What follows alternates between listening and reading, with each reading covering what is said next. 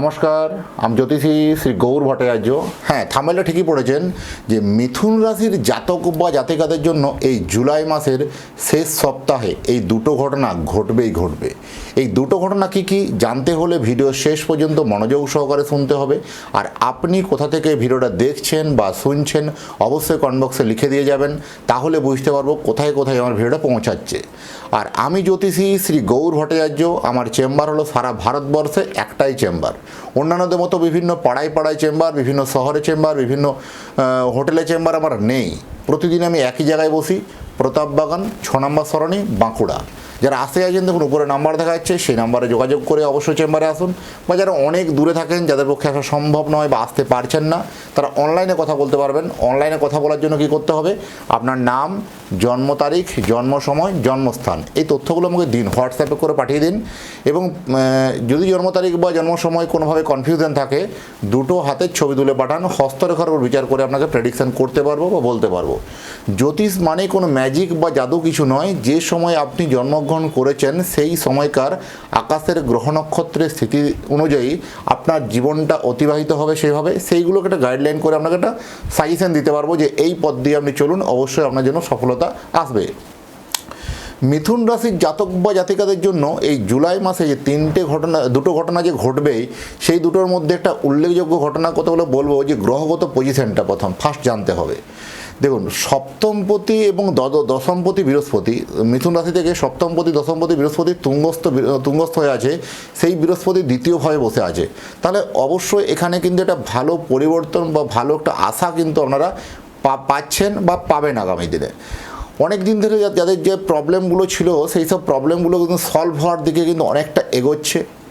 আর প্রথম আপনাকে জ্যোতিষ দেখাতে হলে একটা কথা মাথায় রাখতেই হবে যে আমার কাছে দেখানোর সঙ্গে একটা বিশেষত্ব থাকে যে আপনার নিজের প্রবলেমগুলো বা নিজের সমস্যার কথাগুলো নিজে থেকে বলবেন না, বলবো আমি, পথ দেখাবো আমি। প্রত্যেকটা ভিডিও দেখবেন এই কথাটা বলি আমি, কারণ নতুনদের জন্য বারবার আমাকে বলতে হয়।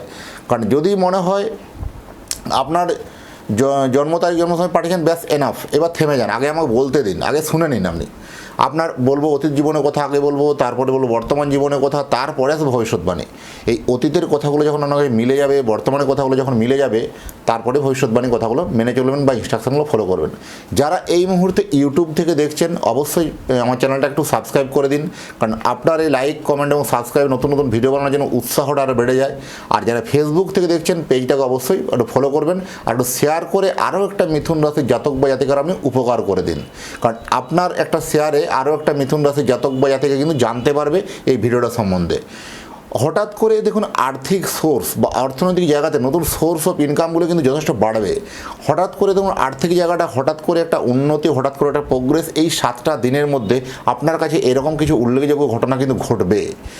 হঠাৎ করে কোনো অর্থ ম্যানেজমেন্ট হওয়া, হয়তো লোন বা ধার যারা নিয়েছেন, বিভিন্ন ক্ষেত্রে একটা মানসিক চাপ, মেন্টালি প্রেশার আপনাদের ছিল, সেক্ষেত্রে একটু জবের জায়গাতে একটু কমপ্লিকেশান ছিল, সেখানে বলবো যথেষ্ট কিন্তু আপনার জন্য ভালো বলবো। এখানে হঠাৎ করে সেই সব টাকাগুলোকে রিকভারি হওয়ার বা একটা লোনটাকে শোধ কীভাবে করবেন তার একটা পরিকল্পনা বা তার একটা কিন্তু একটা রূপরেখা কিন্তু আপনি পেয়ে যাবেন। এরকম একটা হঠাৎ করে আপনার জন্য একটা ভালো খবর আসবে। লোন বা ধার নিয়ে যে চিন্তাগুলো ছিল, সেই চিন্তাটা কিন্তু মিটতে চলেছে। কোনো সহৃদয় ব্যক্তি বা কোনো ভালো আপনার যারা শুভাকাঙ্ক্ষী ব্যক্তি, এরকম কোনো ব্যক্তির সান্নিধ্যে বা এরকম কোনো ব্যক্তির পরামর্শে বা এরকম কোনো ব্যক্তির হেল্পে অনেকটা কাজটা আপনার কিন্তু সুন্দর হবে বা লাঘব হবে। হঠাৎ করে কোনো ব্যবসায় ক্ষেত্রে একটা পরিধি বাড়বে।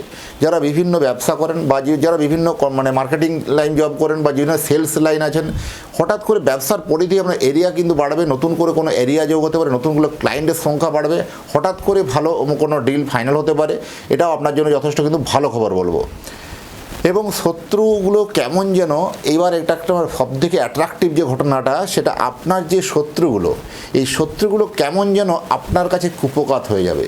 কারণ এই শত্রুদের ক্ষেত্রে এই শত্রুদের কিছু শত্রুতার জন্য বা আপনার এগেনস্টে কিছু কলকাঠি নাড়ার জন্য আপনার জীবনে প্রোগ্রেসগুলো বা উন্নতিগুলোর থমকে যাচ্ছিলো, সেই জায়গা থেকে কিন্তু অনেকাংশ হারে আপনি শুভ ফল পেতে শুরু করবেন, শত্রুপক্ষ কিন্তু পিছন হাঁটতে শুরু করবে। এরকম ঘটনা কিন্তু ঘটবে।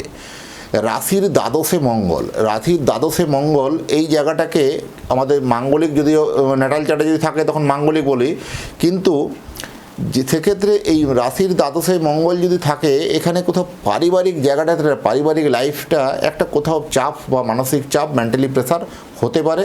সেখানে কোথাও একটা ভুল বোঝাবুঝি হয়ে বা মিসআন্ডারস্ট্যান্ডিং হয়ে একটা সমস্যা তৈরি হতে পারে। সচেতন থাকা কিন্তু অত্যন্ত জরুরি আছে, কারণ এখানে একটা জিনিস জানতে হবে, আপনার অভিমান, আপনার নাম, আপনার মানে কোনো রকম দেখবেন হঠাৎ করে সেই বদনাম হয়ে যাওয়া, হঠাৎ করে কোনো নামের উপরে কেউ কোনো কলঙ্ক ছেটানো, বা হঠাৎ করে দেখবেন মিথ্যা ব্লেম দেওয়া, মিথ্যা অপবাদ দেওয়া, এরকম ঘটনাগুলো কিন্তু হামেশাই ঘটছে। সেগুলো কিন্তু একটা সমস্যা বা মেন্টালিভাবে আপনাকে একটু উইক করতে পারে। সচেতন থাকা জরুরি আছে। আর আপনি যদি চাইছেন যে আপনার সন্তানের জন্য একটা জন্ম কুণ্ডলী বানাতে, তাহলে আপনার সন্তানের নাম, জন্ম তারিখ, জন্ম সময়, জন্মস্থান উপরে দেওয়া নাম্বারে পাঠিয়ে দিন। আপনি যেখানে থাকুন না কেন সেখানেই বসেই আপনি আপনার কুণ্ডলীটা ডিটেলস আমরা বাই পোস্টে রেডি করে আমরা পাঠিয়ে দিতে পারবো। যাই হোক, এতক্ষণ ধরে অধীর আগ্রহে যারা ভিডিওটা দেখছেন বা শুনছেন, তাদেরকে এবং তাদের পরিবারের প্রতি মঙ্গল কামনা করে আজকের ভিডিওটাকে এখানে শেষ করব। নমস্কার।